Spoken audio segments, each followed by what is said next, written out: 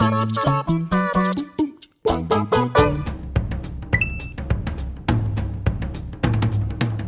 it's very, very rare that I regret a video game console purchase. That sort of thing hasn't really happened until we started talking about doing this headline. And then I started thinking back on all the half-step systems that we got across the generation that's ending right now, the PS4 Pro and the Xbox Series S/Series X. The Series X was a massive step up from my Xbox One, mainly because my original launch day Xbox One was on its last legs. It wasn't doing very well. Once I switched over to the Series X, obviously I benefited from incredible load times and all this upscaling stuff, and it could play the best version of Red Dead Redemption 2. All that stuff was great.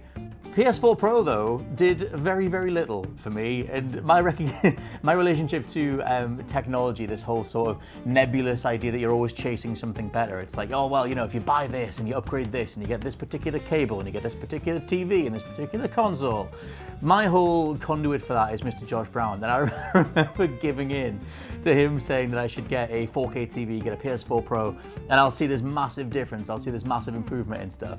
And there is a difference there, but not that much of one, not a few £100 worth, and it's completely on me because Black Friday sales as of, it would have been 2017 or 2018 by the time I gave in and got one, mainly to play Spider-Man on PS4 Pro. I remember loading it up and going into the menus and looking at it. I had to go to the menus, the settings for the screen resolution, and just kind of thinking, is it in 4K? Like, is this definitely the thing? Like, I've hit all the buttons, I've bought the new TV, I've bought the new console, and it just looks the same. Like, I didn't see it. I didn't see the difference.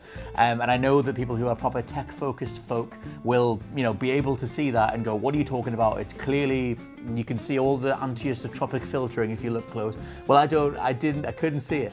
And so I, not massively regretting it because it managed to replace my original PS4 and keep me going, but didn't get hardly anything out of the PS4 Pro, and I've only now, since I've switched to the PS5, have I seen enough of an uptick in overall quality to actually justify dropping that amount of money on it. So yeah, gonna go with the PS4 Pro.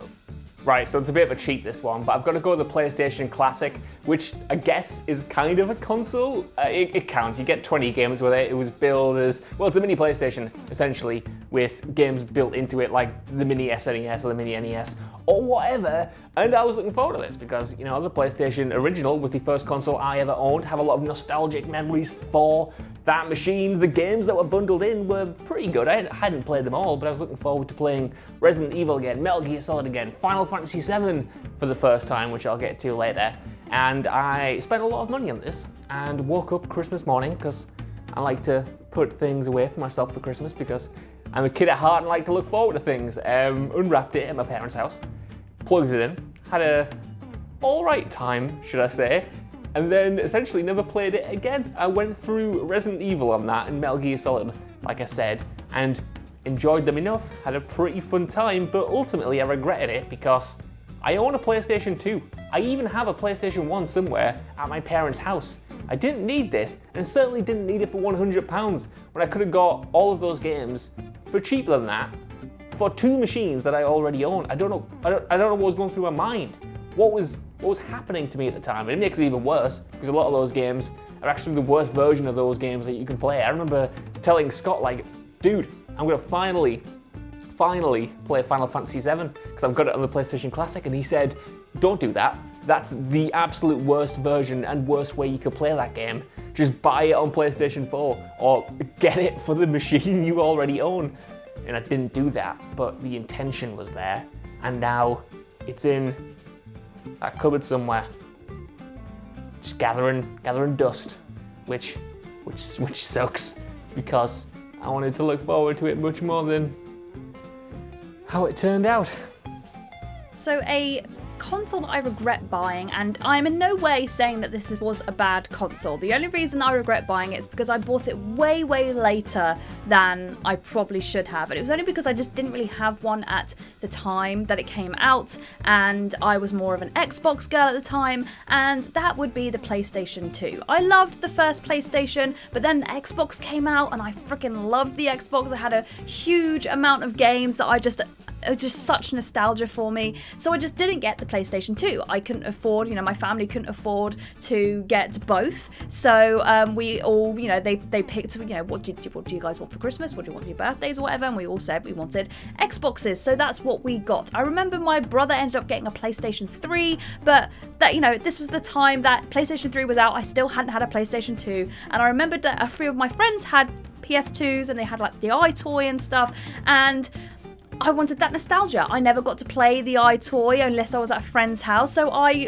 got a PlayStation 2, I bought an Eye Toy, and that's literally the only game I played on it. And I know that it was a good console, and there was probably a whole load of games that I missed out on playing on. There's, people tell me about games that I just never played on. They were like, oh, it was on the PlayStation 2. I was like, yeah, no, didn't have that. And so, the only thing that I played was the Eye Toy, and I think I spent a good maybe hour enjoying it, and then it just kept glitching out. It stopped working. It would just do that horrible thing that PlayStations do where it does like the first opening sort of screen, but then it just kind of freezes and then goes to that awkward section where it just shows you where your memory cards are, and you just know you're screwed then because it's just not working. It's just not loading up. And I can't remember how much I spent my money on it, but it was definitely a waste of money for me. I regret buying it because I just wanted to play Eye Toy, when you're cleaning windows. That's all I wanted. Alright, so I know I don't normally do these videos, but when I heard the subject was lifelong regrets and things they wish they hadn't done, well, there's nobody in this company better qualified than I to talk on that subject. So I did the thing that I think a lot of people did in like the mid-2000s, and that was I attended the house of a friend who had bought a Nintendo Wii, and I played on their Nintendo Wii for an afternoon and thought, my God, this is the most futuristic, incredible thing I've ever seen. I must possess one.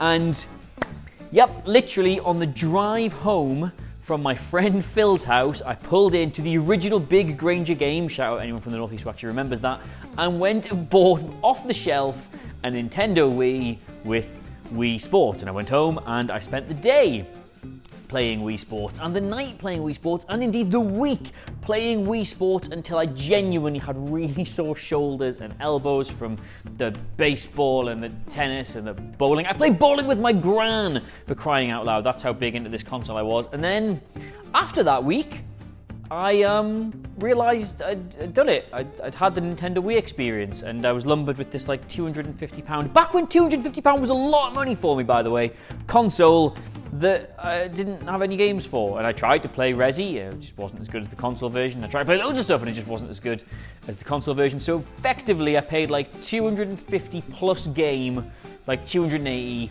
for the Nintendo Wii, purely to play Wii Sports for a week. And then that summer, when my friends started going on holiday, I couldn't afford it because I'd chucked my money on that fad. Oh well.